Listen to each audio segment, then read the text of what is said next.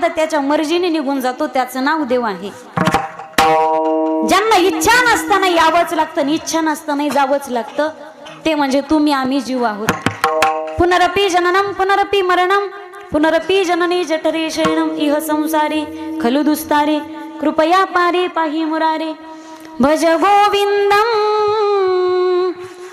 भज गोविंदम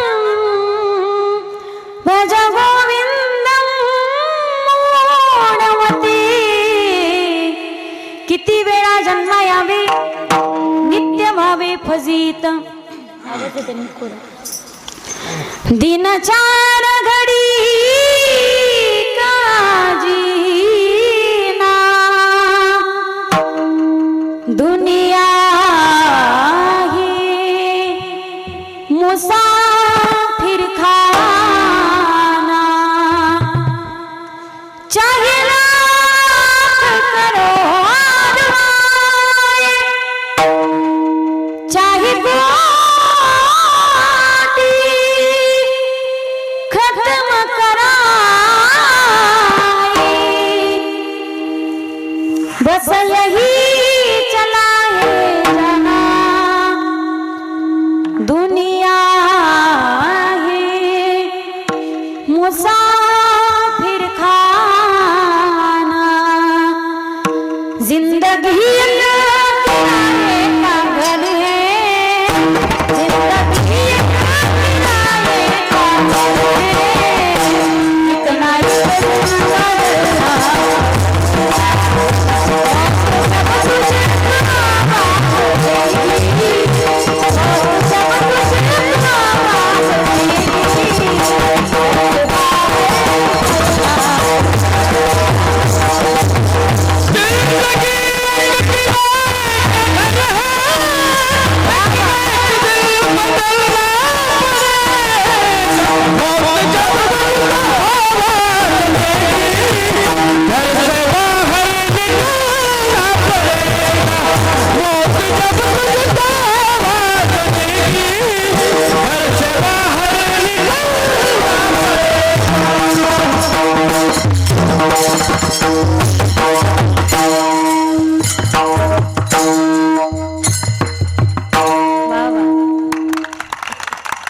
इच्छा नसताना यावंच लागतं. पोरांनो शांत बसा, मी माईक फेकून हानीन. इच्छा नसताना यावंच लागतं, इच्छा नसताना जावंच लागतं, त्याला जीव म्हणतात. पण ज्यांना येण्याचंही स्वातंत्र्य आहे आणि जाण्याचंही स्वातंत्र्य. आता वाटलं देहू गावामध्ये अवतार घ्यावा, घेतला. 42व्या वर्षी वाटू लागलं आता दिसू नये जना, ऐसे करी गाणारा येणा. वैकुंठ गमन केलं. आम्ही वैकुंठ वासी आलो.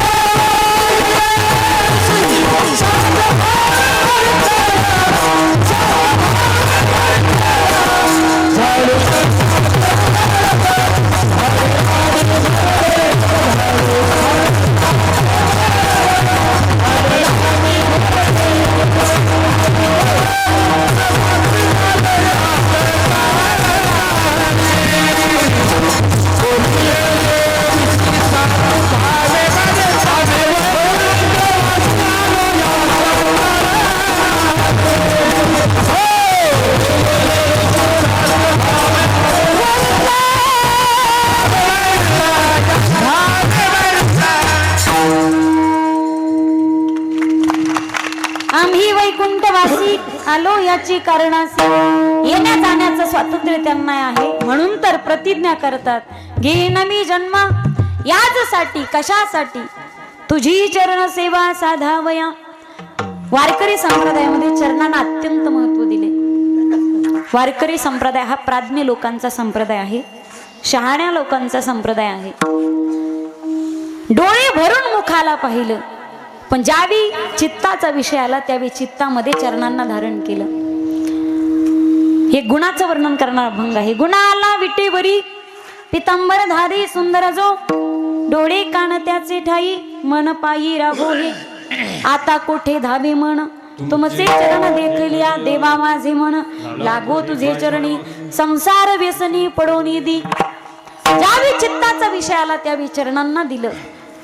भगवंताचे चरण अत्यंत कोमल आहेत, नाजूक आहेत. भगवान परमात्मा सुंदरता आहेत, पण त्याही पेक्षा वारकरी संप्रदायाने चरणांना का महत्व दिले ऐका.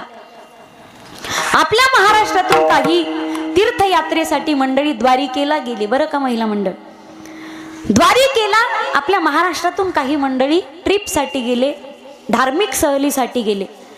तिथं गेल्याच्या नंतर त्या ट्रिप मालकाने सांगितलं, हे पहा इथले मंदिर टाइमात बंद होतात, दर्शन करायचं असेल तर बरोबर 12ला दुपारी मंदिर बंद होतं. तुम्हाला दर्शन करायचं असेल तर 12ला 15 मिनिटं कमी असताना मंदिरात हजर व्हा. दुसऱ्या दिवशी ते लोक दर्शनासाठी निघाले.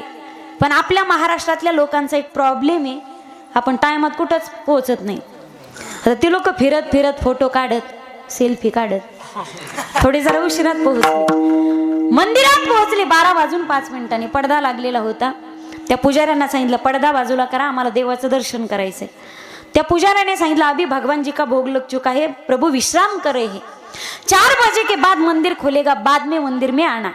त्यांनी सांगितलं असं करू नका, उद्या महाराष्ट्रात परत जायचंय, आम्हाला दर्शन करणं गरजेचं आहे. फक्त 2 मिनिटासाठी गाड्या, 1 मिनिटासाठी पडदा बाजूला करा.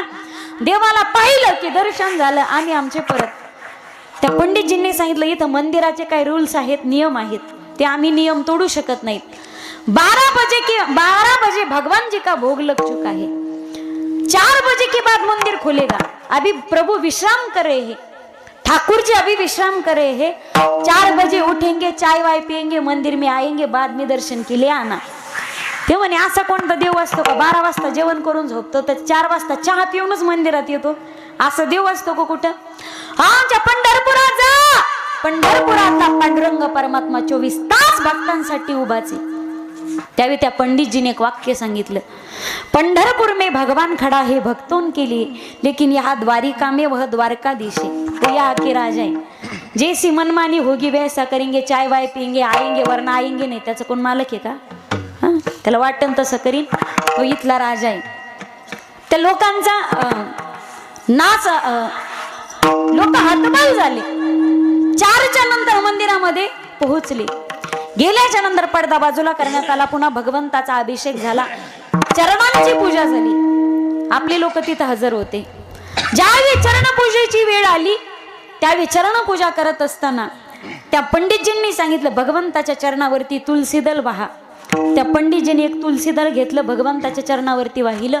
आपल्या लोकांनी मूठ भरून घेतल्या मंजुळा आणि देवाच्या चरणावर टाकणार. त्या पंडितजीने पुन्हा हात लावला, थांबा. तेवणे का हो, मग अशी दर्शन घ्यायला आलो तर तुम्ही आडवे आला, आता देवाला तुलसी पत्र टाकायचे तर तुम्ही आडवा आला. तो म्हणे इतके, म्हणे आमच्या पंढरपुरामध्ये ढिगाणी देवाच्या पायावर तुळशी पडलेल्या असतात. आळंदी जा, माऊलीच्या समाधीवरती ढिगाणी तुळशीच्या पानं पडलेल्या असतात. आमचे ब्राह्मण कधी आडवत नाहीत, आम्ही मूठ भरून घेतले तर तुम्ही आडवे आलात. त्यावेळी त्या पंडितजींनी सांगितलं भगवंताचे चरण अत्यंत नाजूक आहेत, कोमल आहेत. जर जास्त तुळशीची पानं टाकली तर देवाच्या चरणाला रुतण्याची शक्यता आहे. एवढे त्याचे चरण नाजूक आहेत, कोमल आहेत. एक मुक्तकेशी नावाची गणिका होती. सौंदर्याचा अभिमान झाला. एवढी सुंदर, दैदिप्यमान, अतिशय सुंदर, शब्दात वर्णन करता येत नाही, एवढी लावण्याची खान, रूपवती असणारी ती मुक्तकेशी नावाची गणिका ज्यावेळी पंढरपुरामध्ये गेली, विटेवरती असणारा तो पांडुरंग परमात्मा पाहिला आणि भगवंताचं ते स्वरूप पाहून मोहित झाली. बाई एवढी सुंदर मी आहे, पण माझ्याही पेक्षा हा किती सुंदर दिसतोय. आणि रूपाला पाहून बोलली, सुंदर ते ध्यान उभे विटेवारी, सुंदर ते ध्यान करा कटेवारी, ठेवोनिया करा कटेवारी,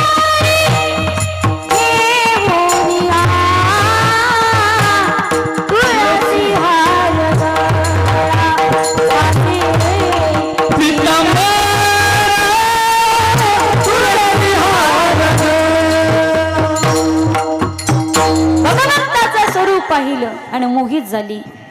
महाराज, ज्यानं विश्व एवढं सुंदर निर्माण केलं तो कमी देखणा असेल का? नाम तुम्हारा तारनहारा, जाने कब दर्शन होगा, जिसकी रचना इतनी सुंदर, वो कितना सुंदर होगा, वो कितना सुंदर होगा.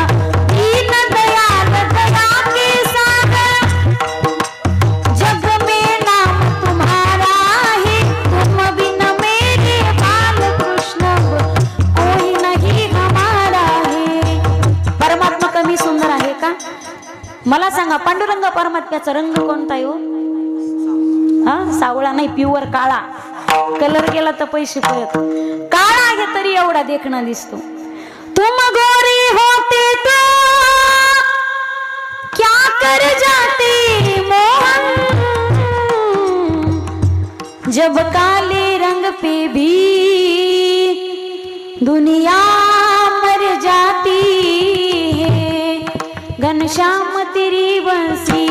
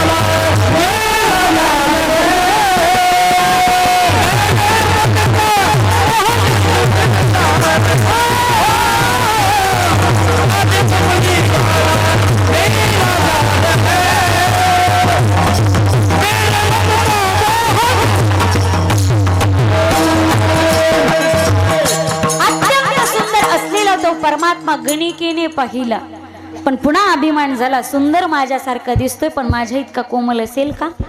अहंकार, शंका मनामध्ये उत्पन्न झाली. दर्शन घेत असताना नखाचा स्पर्श चरणांना झाला. अजूनही पांडुरंगाच्या चरणाला ते खड्ड पडलेलं आहे. एवढे ज्याचे चरण सुकुमार आहेत. मग वारकरी संप्रदायाने चरणांना का महत्व दिलं? तुझी चरण सेवा साधावया, घेईन मी जन्म याजसाठी देवा. एकदा वारकरी संप्रदायाच्या नियमाप्रमाणे मातृवर्ग, पितृवर्ग, सर्व अबाल वृद्ध, तरुण तरुणी सर्वांनी एकदा हात वरती घ्या. टाळकरी सोडून घ्या सर्वांनी हात वरती. सर्व महिला भगिनी सर्वांनी घेतले. तर वा वा, इकडे तर म्हणण्याची वेळच नाही आली. हरी विठोबा